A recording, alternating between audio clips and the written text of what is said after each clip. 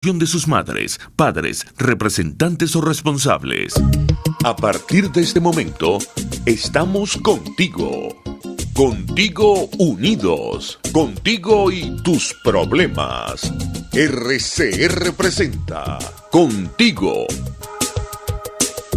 Bueno, muy buenas tardes a todos los que se conectan y nos ven y nos escuchan a esta hora, hoy 19 de octubre, cuando son las 1:04 de la tarde, en la dirección general de la emisora, el señor Jaime Nestare, en la gerencia general de producción, la señorita Wilix Arcaya, en la producción de este espacio, el buen amigo César Umbría, en los controles, Gregorio González, y quien les habla, Eduardo Battistini, de Primero Justicia, como todos los lunes, para conversar, para abordar los distintos temas de interés político nacional y también hablar un poco de cuál es la visión, cuál es o en qué estamos, @RCR750, a través de la plataforma de YouTube de Radio Caracas Radio, en los teléfonos inteligentes.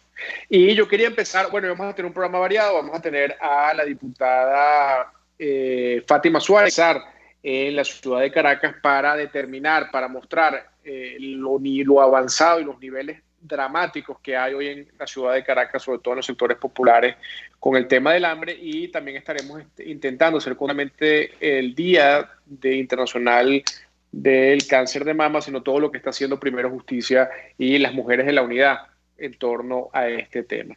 Pero yo quería empezar mi editorial del día de hoy con el tema de la consulta popular. Todos sabemos que los partidos de la unidad firmaron una ruta unitaria que plantea la realización de una consulta versus el fraude que está planteando Nicolás Maduro para el 6 de diciembre. Un fraude que, como ya sabemos, es una elección que no se puede llamar elección, que está hecha al único poder legítimo en Venezuela, que es la Asamblea Nacional, y que ha sido reconocida por más de 60 países del mundo, y que además ha sido reconocido también dentro de lo que significa el gobierno interino, el interinato del presidente encargado y presidente de la Asamblea Nacional, Juan Guaidó. La ratificación de la unidad, de la unión entre los partidos políticos para avanzar juntos en la solución de la crisis de Venezuela. Yo siempre he dicho que, y es algo que se repite, que la unidad por sí sola no es suficiente, que el solamente estar unido, pero lo que sí es cierto es que sin unidad no hay posibilidad alguna de avanzar. Y eso es un tema fundamental, porque es una unidad que debe tener un contenido, no es una unidad solamente de foto o aparecer todos en la misma escena, reunidos para dar esa sensación. No, a esa unidad y a esa foto, que es importante, hay que darle contenido. Y ese contenido, sin duda, pasa por entender que cualquier cosa que hagamos debe tener un solo foco. Y ese foco es salir de la dictadura de Nicolás Maduro. No podemos perdernos en el camino en una dinámica distinta a la que significa la lucha por salir de la dictadura. Y eso yo creo que es parte del error que hemos cometido en los últimos 2 años. Sin duda alguna nos hemos involucrado, nos hemos visto inmersos en una dinámica de gobierno interino, en una dinámica de temas que a veces son necesarios, pero que nos desvían de esa situación. Y aquí tenemos que retomar algo que es fundamental, que es el rol de la Asamblea Nacional. La Asamblea Nacional y las elecciones fraudulentas de mayo del 2018 son los dos pilares que sostienen hoy la tesis a nivel de esos dos eventos o estas dos variables que no pueden dar. Porque si nosotros reconocemos que en Venezuela hay un vacío de poder y hay una usurpación del cargo por parte de Nicolás Maduro, porque no hubo una elección presidencial en el año 2018 que fuese reconocida por la comunidad internacional, entre otras cosas, porque no gozaba o no gozó de la legitimidad suficiente para ser transparente y auditable, 14 millones de venezolanos, que es la representación del pueblo de Venezuela. Bueno, de esas dos variables no podemos nosotros desprendernos y tenemos que entender qué es la Asamblea Nacional. Y nuestros diputados tienen un rol importantísimo en esta consulta, porque esta consulta lo que va a dar como mandato a sus diputados para que avance hacia la ruta de las elecciones libres. Porque cada vez que hemos privilegiado el atajo, o cada vez que hemos privilegiado la salida rápida o sencilla o fácil, bueno, lo que hacemos es retroceder y retrasar mucho más el cambio político en Venezuela. Y el sentido de urgencia de los venezolanos ante la enorme crisis que está viviendo el país no da para más, y no da para más compás de tiempo. Entonces aquí es importante esa reflexión, sobre todo para quienes hacemos la política, de entender que hay un pueblo que exige cambio, que hay un pueblo que desesperadamente exige una mejor calidad de vida y que nosotros tenemos que hacer todo lo que haya que hacer para lograr ese escenario, para lograr esa meta, ese objetivo. Ahora, yo creo que lo que pasó ayer en Bolivia es una enseñanza importantísima para nosotros los venezolanos. Y es una enseñanza importantísima por varios temas. El número uno, bueno, la importancia de la unidad. La unidad es necesaria para poder derrotar a quienes hoy usurpan el poder en Venezuela. Y era necesaria en Bolivia para derrotar a Evo Morales y su partido. Pero lamentablemente vimos cómo no se logró la unidad en Bolivia. Y ahí el resultado es que los dos candidatos que llegaron segundo y tercero, sumados, podían forzar la segunda vuelta presidencial y lograr la victoria en Bolivia. Y eso no se logró. No hubo la madurez suficiente para entender que solo unidos se podía lograr la victoria. Y aquí nosotros a veces carecemos también de esa madurez. Y digo nosotros porque yo también soy parte de la oposición. Y mi partido también es parte de la oposición. Y es fundamental que a pesar de las diferencias entendamos que tenemos que estar unidos para lograr el cambio en Venezuela. Pero también hay otra enseñanza del tema Bolivia que es importantísima. Y es que en algún momento la naturaleza, la intención, el verdadero propósito del gobierno interino de Bolivia se desvió, perdió el norte y no entendió en algún momento que su rol era una transición para entregarle al país una elección democrática. Y eso no nos puede pasar a nosotros en Venezuela.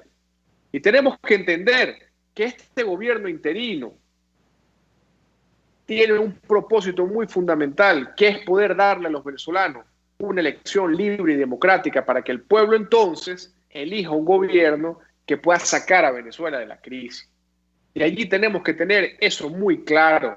Y que si bien es cierto que dentro de ese interinato nos toca defender activos, que si bien es cierto dentro de ese interinato nos toca dar el bono de la salud para apoyar a nuestros héroes de la salud, que si bien es cierto dentro de ese interinato, ante la inacción del régimen de Maduro, nos toca desde afuera, desde las representaciones diplomáticas de ese gobierno interino, darle la mano a los venezolanos y apoyar a los venezolanos en la diáspora, ese no es el único objetivo, ni es el objetivo principal.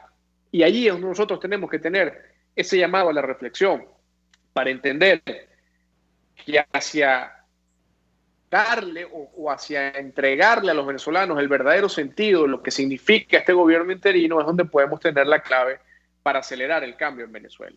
Así que con estas reflexiones, quería hacer un corto editorial el día de hoy y al regreso estaremos hablando con Fátima Suárez sobre unos temas muy importantes de la ciudad de Caracas y la situación de hambre que hoy en día se vive, no solamente en la región capital, sino en toda Venezuela. Así que con esto despedimos este corte y al regreso estaremos con más de Contigo Primero Justicia, acá en Radio Caracas Radio con Eduardo Batistini.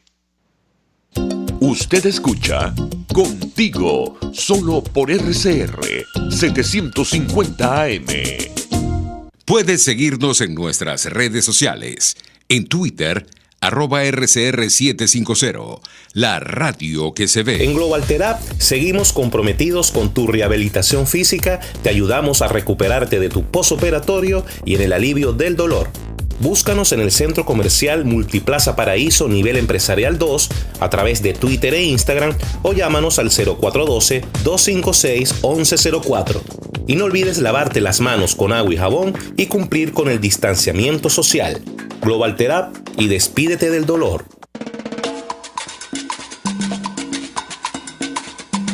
Fuerza que nos activa, fuerza que une a un país que quiere cambio. Mi nombre es Chuo Torrealba y estoy contigo desde las 5:30 de la mañana para que te enteres de todo lo que acontece dentro y fuera de un país en crisis, un país que quiere cambio y libertad. Unidad, la fuerza es la unión, de lunes a viernes desde las 5:30 de la mañana con Chuo Torrealba, solo por RCR, porque lo bueno une.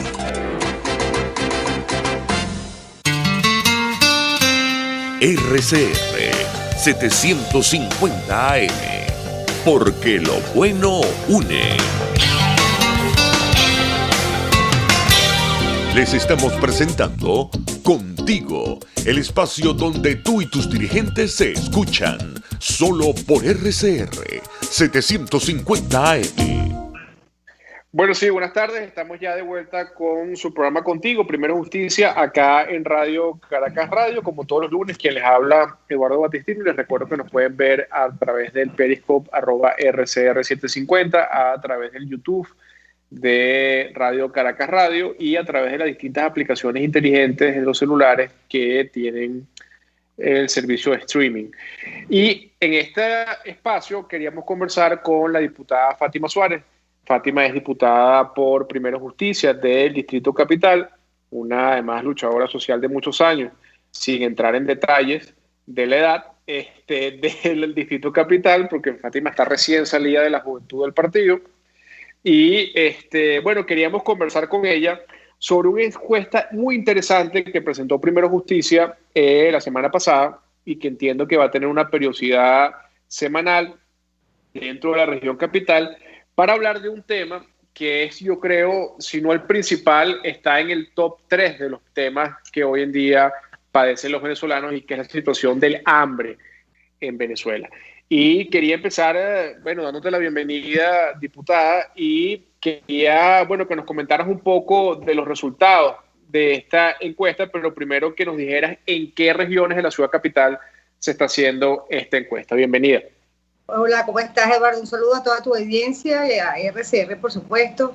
Bueno, en principio se hizo toda la encuesta la semana pasada, lo hicimos en 10 parroquias de Caracas, especialmente las que son más vulnerables al tema de lo que es el mercado, los costos y todo eso, como es el caso de Sucre, El Valle, Candelaria, Parroquia San Juan, Santa Rosalía, 23 de enero. O sea, en la mayoría de las parroquias de Caracas se realizó este muestreo, este estudio.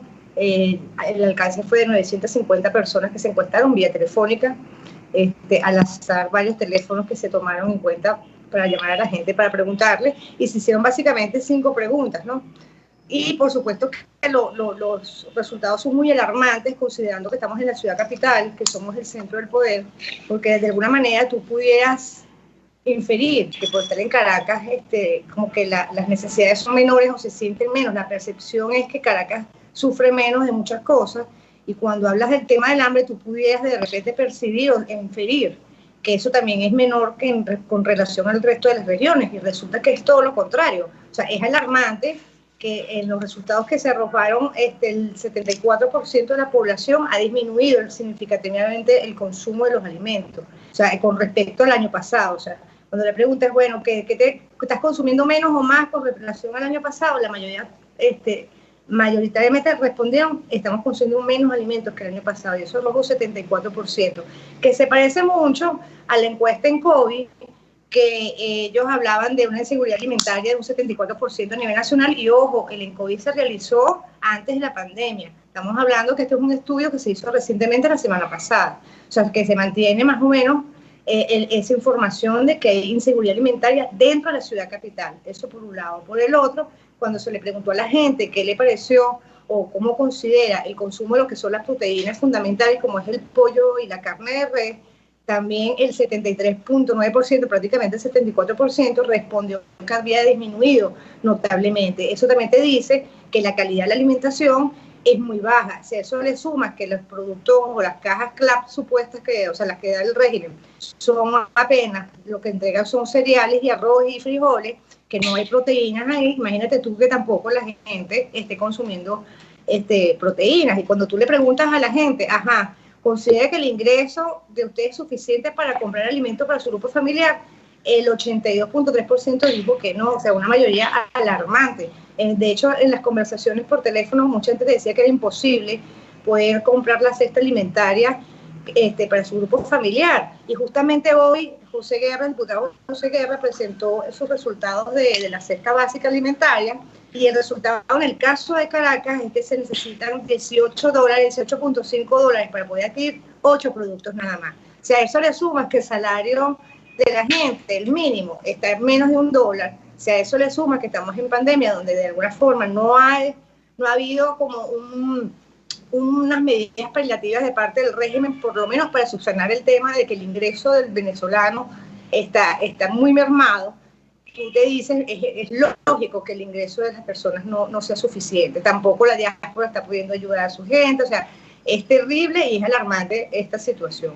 Si también nos vamos a la encuesta en COVID, ellos hablaban de una pobreza de ingresos que alcanzaba a nivel nacional de un 96%. Solamente en Caracas sea 82.3%. O sea, que 4 de cada 5 personas esté en pobreza, me parece que es grave. De verdad que sí, que es muy alarmante ese número para efectos de la ciudad capital. Sí, bueno, recuerdo que estamos conversando con la diputada Fátima Suárez, diputada por Primero Justicia en el Distrito Capital, que nos está dando detalles de esta encuesta que ellos han bautizado como la encuesta del hambre en Caracas, y que es una iniciativa de la fracción parlamentaria de Primero Justicia en la región capital, y que estoy seguro que se va a expandir seguramente a otras regiones del país. Y me quedo con un dato que nos comentaba la diputada, que es que estamos hablando prácticamente que 7 de cada 10 caraqueños, han disminuido la cantidad de consumo de su alimento a la misma fecha del año pasado, lo cual quiere decir sin duda alguna que Nicolás Maduro y su régimen se han convertido en una fábrica de hambre, en una fábrica de pobreza, y que ese cóctel peligroso que ha significado el socialismo del siglo XXI para nuestro país, que tiene esa variable de que un venezolano necesita prácticamente 18 meses de salario para adquirir apenas 8 productos de un mes, pero además también sumarle la situación de pandemia, que ha sido una pandemia que al venezolano le ha tocado prácticamente enfrentar desnudo, porque no ha habido ningún tipo de apoyo por parte del régimen de Maduro para la familia venezolana. Coloca sin duda los números de la situación de los caraqueños y de los venezolanos en una situación muy alarmante. Pero en la encuesta que ustedes presentaban, veíamos también que el 82% de los caraqueños señalaba que le era imposible adquirir los alimentos para su familia. ¿Cómo está hoy? Yo sé que estamos en pandemia y que es difícil el recorrido que ustedes habitualmente, y además algo que yo reconozco muchísimo de los diputados nuestros en Caracas, que se la pasan permanentemente en la calle. Pero entendemos que estas restricciones de pandemia han cambiado mucho. Pero ¿cómo están los mercados municipales en Caracas?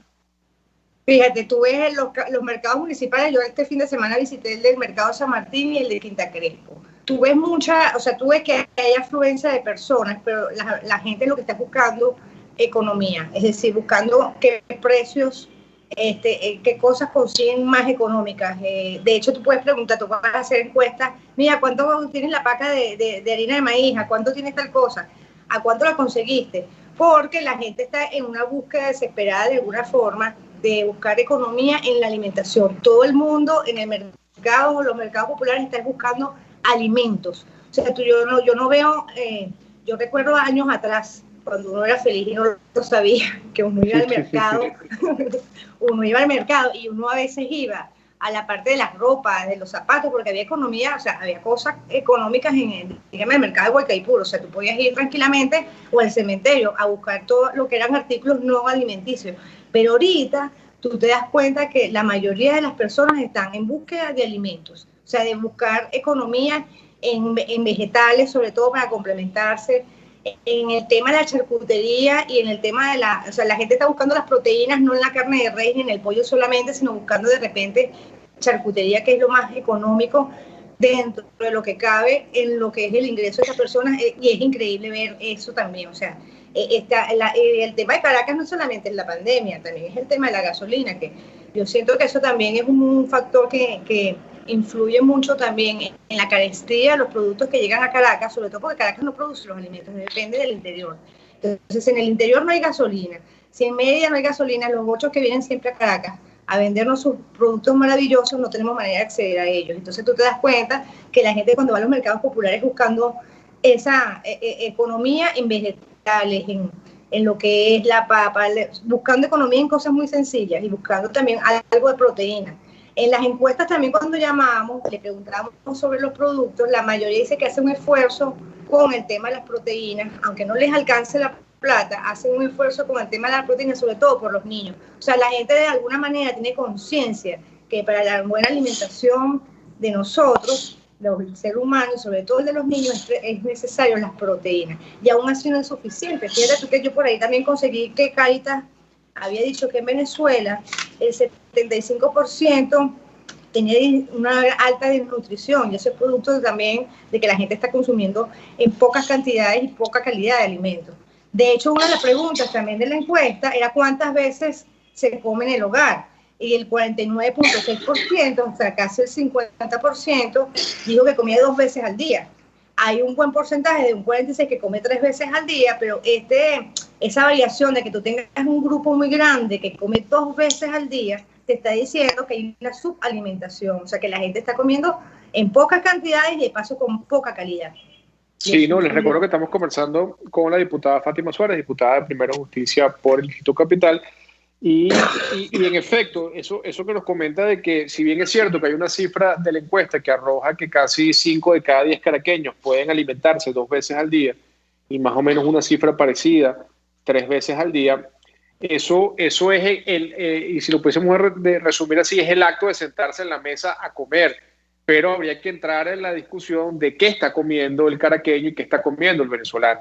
Lo decía la encuesta en COVID y lo comentaba también la diputada con la experiencia que tiene de los recorridos por los mercados municipales, es que la gente no está consumiendo proteína, la gente está básicamente consumiendo carbohidratos, harina, pasta, arroz y granos, y sin duda alguna eso ha generado o está generando una gran desnutrición en la población venezolana, que tiene consecuencias muy graves en la población infantil. La encuesta de COVID decía que casi 600.000 niños entre 0 y 5 años presentan gravísimo estado de desnutrición en Venezuela, y que eso es un estado que es irrecuperable para el ser humano. Es decir, un niño que presenta a esa edad graves dificultades de desnutrición, cuando crezca va a tener problemas seguramente para el aprendizaje, va a poder tener incluso, lamentablemente va a tener problemas de crecimiento, va a tener problemas que pudiese incluso afectar algunos órganos vitales de su cuerpo, lo cual trae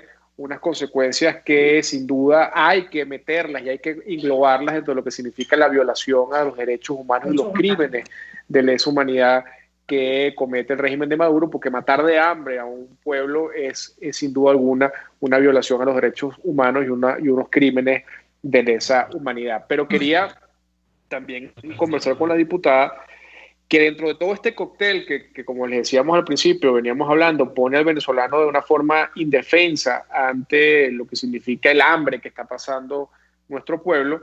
Bueno, vemos como por otro lado, recientemente leíamos en la prensa el fin de semana que la Fiscalía en Colombia dictó unas medidas de prohibición de enajenación de algunos bienes de Alex Saab en Barranquilla y en otra región colombiana, y que esos bienes que se incautaron, que fueron unas residencias personales de él, estaban por el orden de los $10 millones.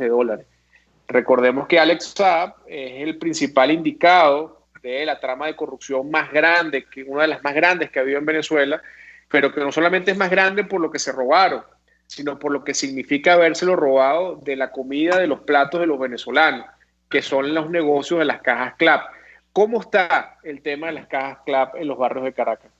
Bueno, fíjate, yo te iba a comentar, en la mañana alguien del Valle me decía que las cajas de Clark no traen ahorita suficiente, no, o sea, traen apenas 8 productos, de los cuales son en su mayoría arroz, es decir, 5 paquetes de arroz o 7 paquetes de arroz, un aceite y 2 harinas de maíz. O sea, te podrás imaginar que la alimentación, cuando suerte, alguno podrá tener algún kilito de frijoles chinos, que dicen ellos son frijoles chinos, que es lo que traen esa caja. Es decir, que al final, ese acto de corrupción, como lo acabas de nombrar, la cantidad de dinero, no solamente a cuesta del hambre de la gente, es que de paso nuestra gente ni siquiera está comiendo bien a través de ese programa. O sea, el hecho de que tengas 8 productos nada más y que todos sean cereales, o sea, sean carbohidratos, que no hayan proteínas, eso te indica también que más allá, que este llamado de corrupción lo que ha hecho es ayudar a la subalimentación, a la desnutrición de nuestra gente, a seguir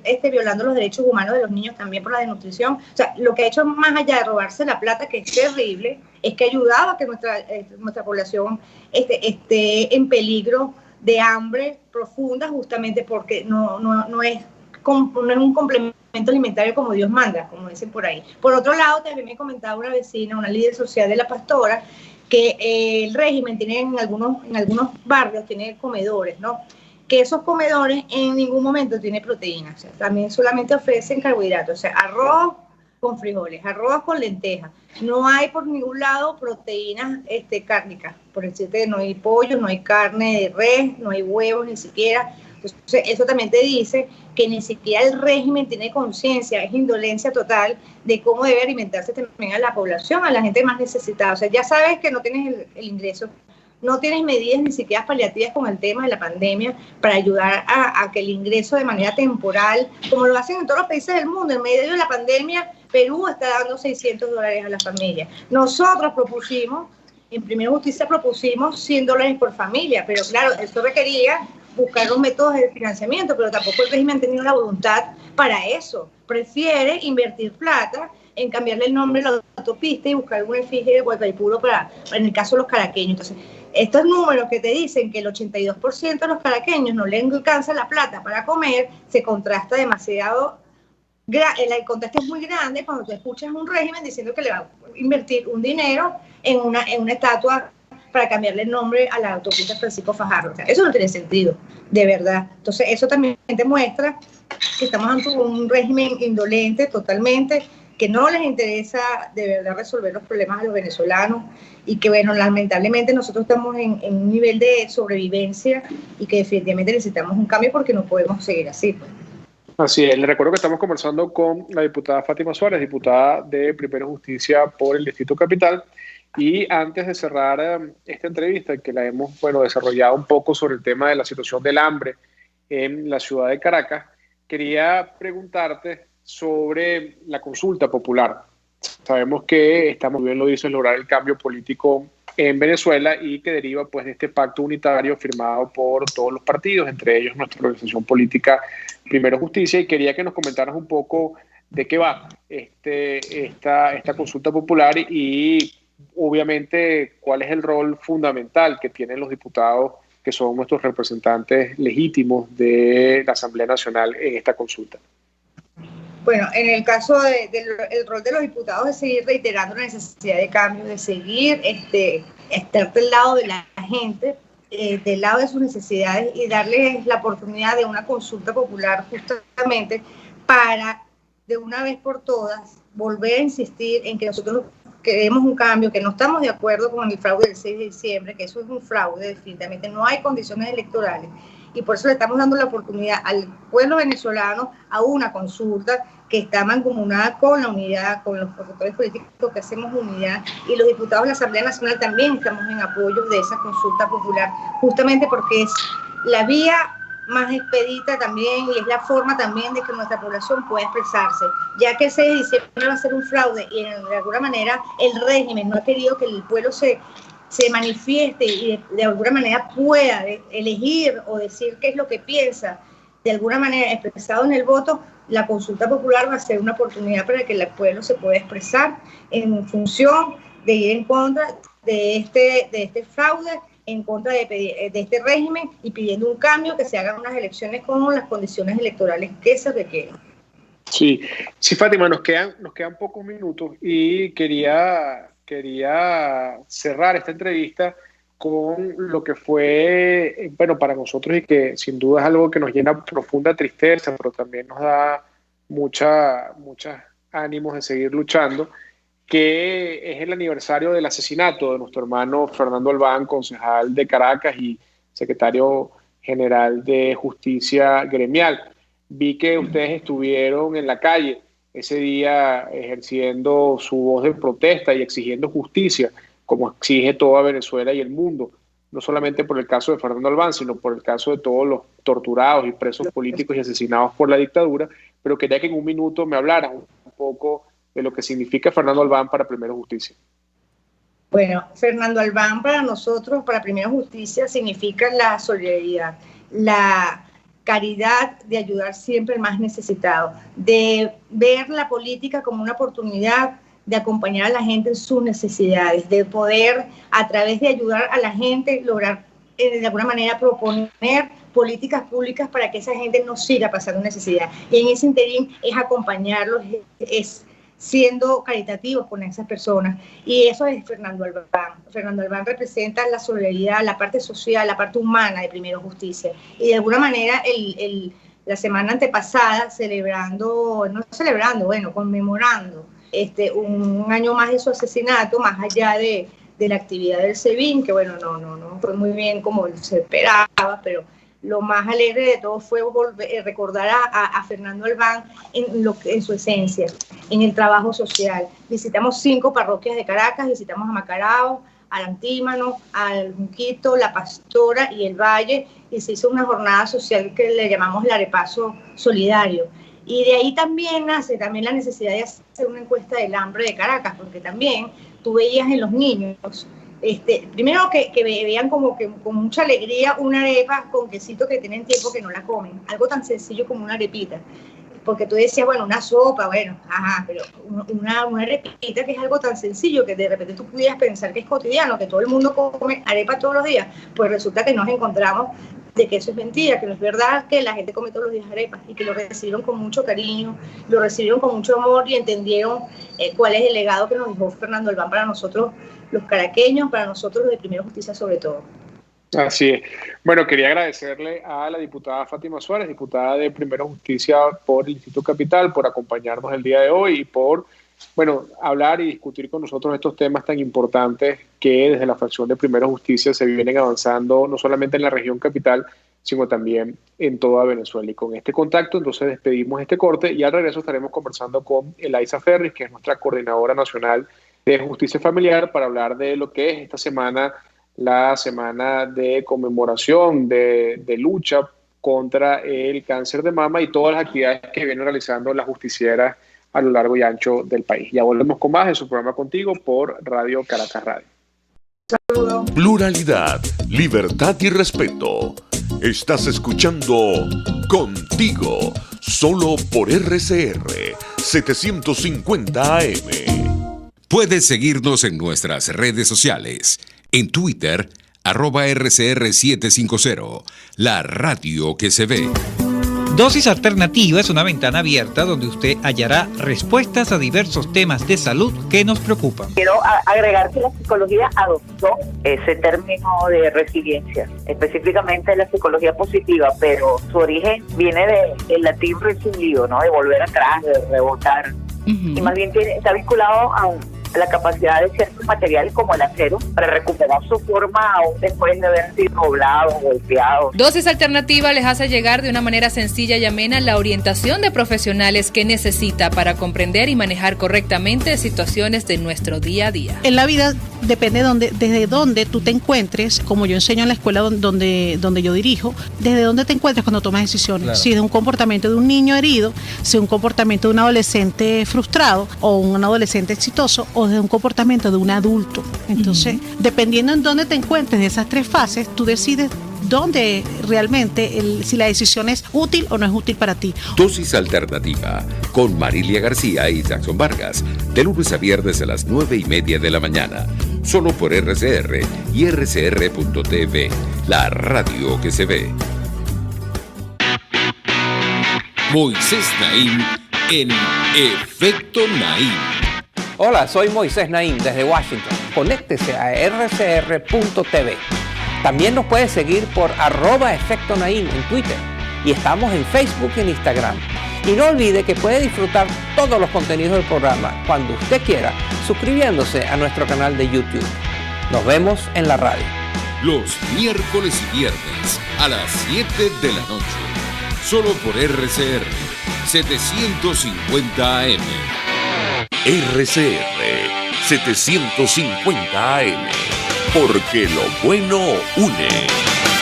Les estamos presentando Contigo, porque nos preocupan las mismas cosas. RCR 750 AM.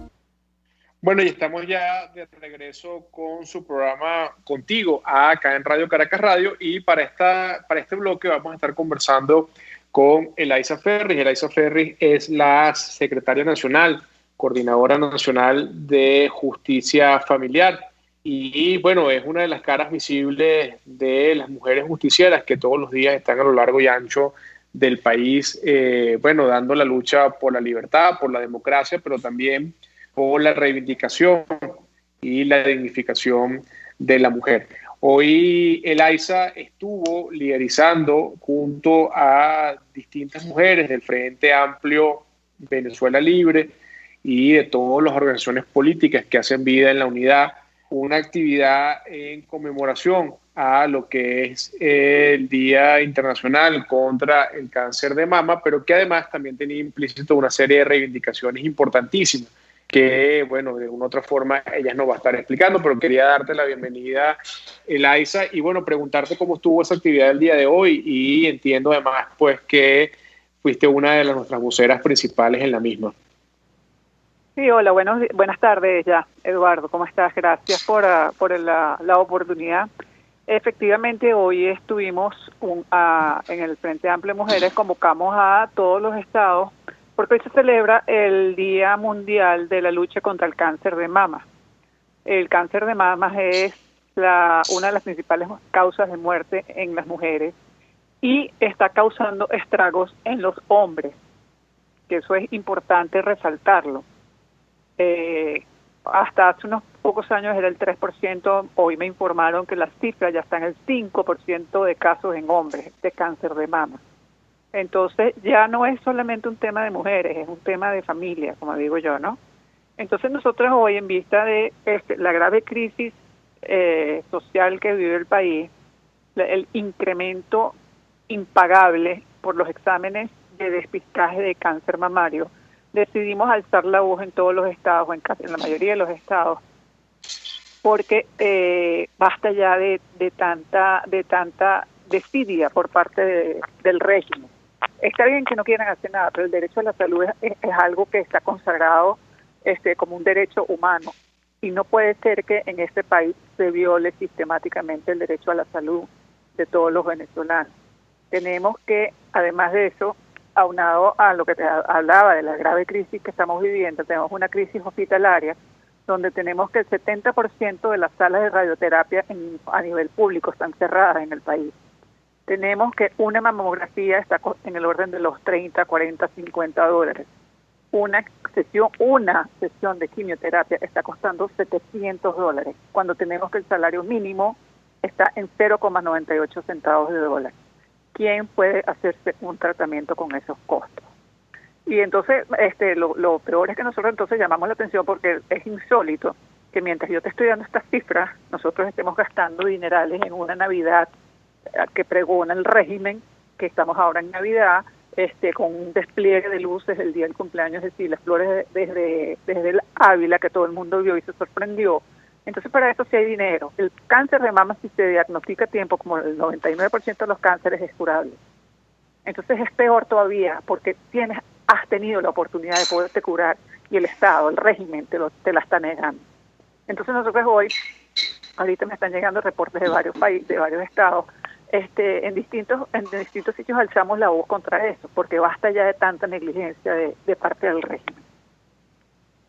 Sí, le recuerdo que estamos conversando con Elisa Ferris. Elisa Ferris es la secretaria nacional de Justicia Familiar de Primero Justicia y nos está comentando un poco sobre la actividad que realizó hoy el Frente Amplio de Mujeres a lo largo y ancho del país para denunciar lo que es la indefensión que hoy tienen los pacientes víctimas, hombres o mujeres, del cáncer de mama en un país donde la salud pues prácticamente no tiene ningún valor por culpa de un régimen que no le preocupa la vida de los venezolanos. Pero quería también, aprovechando que estamos conversando hoy con Elisa, preguntarle un poco sobre la situación de la mujer venezolana. No es para nadie un secreto que la mayoría de la familia venezolana tiene en la mujer a una cabeza de familia, a su cabeza de familia. Y bueno, vivimos en un país con un salario menor a $1, como nos comentaba la diputada Fátima Suárez en el caso de Caracas, país donde 7 de cada 10 caraqueños dicen que comen menos que lo que comían el año pasado, y además con una educación en el piso, con la situación del coronavirus, que sin duda alguna, bueno, coloca a la mujer jefa de familia en una posición muy difícil para sobrevivir. Y quería pues que nos comentaras un poco cómo estás viendo esta situación y cómo valoras el esfuerzo que hace cada día la mujer venezolana para echar para adelante. Oye, mira, la situación de la mujer en Venezuela es realmente difícil y dramática, porque más allá de que la mayoría de las mujeres son, o una buena, digamos, no va a decirte la mayoría, pero sí por lo menos el 75%, calculo yo, son jefas de hogar. Con esta crisis de la pandemia, eso ha aumentado porque muchos padres de familia han tenido que, tuvieron que emigrar y también por la crisis. Sí, creo que perdimos la comunicación con Elisa. No sé si me ratifican en producción.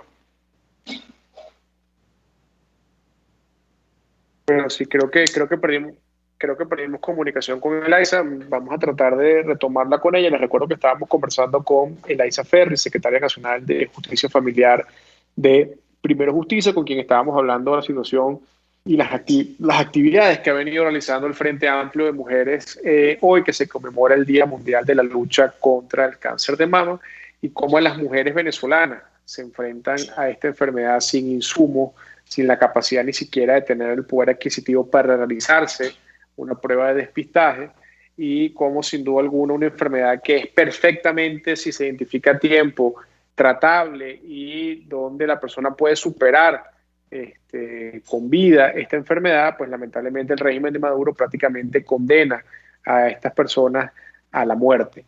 Entonces, vamos a ver si logramos retomar con él el contacto. Y quería también comentarles un poco, mientras retomamos este contacto, lo que hablaba con la diputada Fátima Suárez, y es que el día viernes la Fiscalía de Colombia evaluó o hizo un levantamiento de costos de los bienes incautados en sus residencias a Alep Saab en Colombia, y se evaluó más o menos en unos $10 millones. Imagínense ustedes lo que significa que a costillas del hambre de los venezolanos, bueno, a costillas de la caja CLAP, que fue el negocio de estos pillos, de estos bandidos, de estos delincuentes, que en alianza con el PSV y con Nicolás Maduro se robaron miles de millones de dólares de la comida, del estómago de los venezolanos, bueno, se daban el lujo de tener casas en Colombia por $10 millones, mientras en Venezuela el salario mínimo de un venezolano no llega ni siquiera al $1.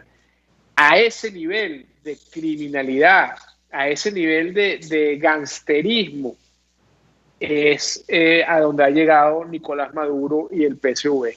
Y es por eso que nosotros los venezolanos no podemos olvidar nunca los rostros de esos responsables, porque esos son los criminales en Venezuela, porque ellos son los que tienen bloqueado el progreso de los venezolanos, porque son ellos con su corrupción, con su avaricia, con su vorágine incansable e interminable de llenarse los bolsillos de plata y hacerse multimillonario. Hoy el 80% de la población está pasando hambre, está en pobreza. 5 millones de venezolanos han tenido que salir del país.